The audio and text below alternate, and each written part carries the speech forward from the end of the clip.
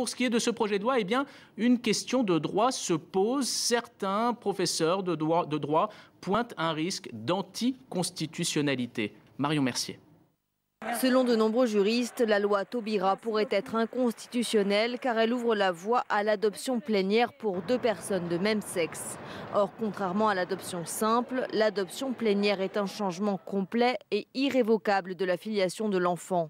Un nouvel acte de naissance est alors rédigé.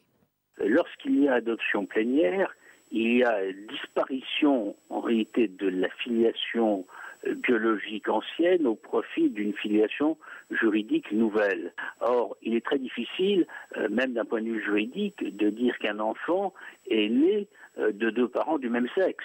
Pour contourner le problème, une des solutions pourrait être de créer un statut particulier pour l'adoption plénière de parents de même sexe. Mais l'égalité entre enfants adoptés serait alors bafouée.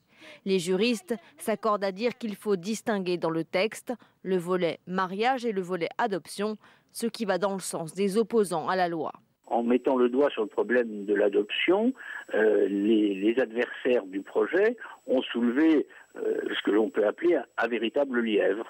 Une difficulté sur laquelle les députés ne se sont pas penchés lors de l'examen de la loi Taubira. Ce sera donc aux sénateurs d'ouvrir le débat et sans doute de modifier sensiblement le texte.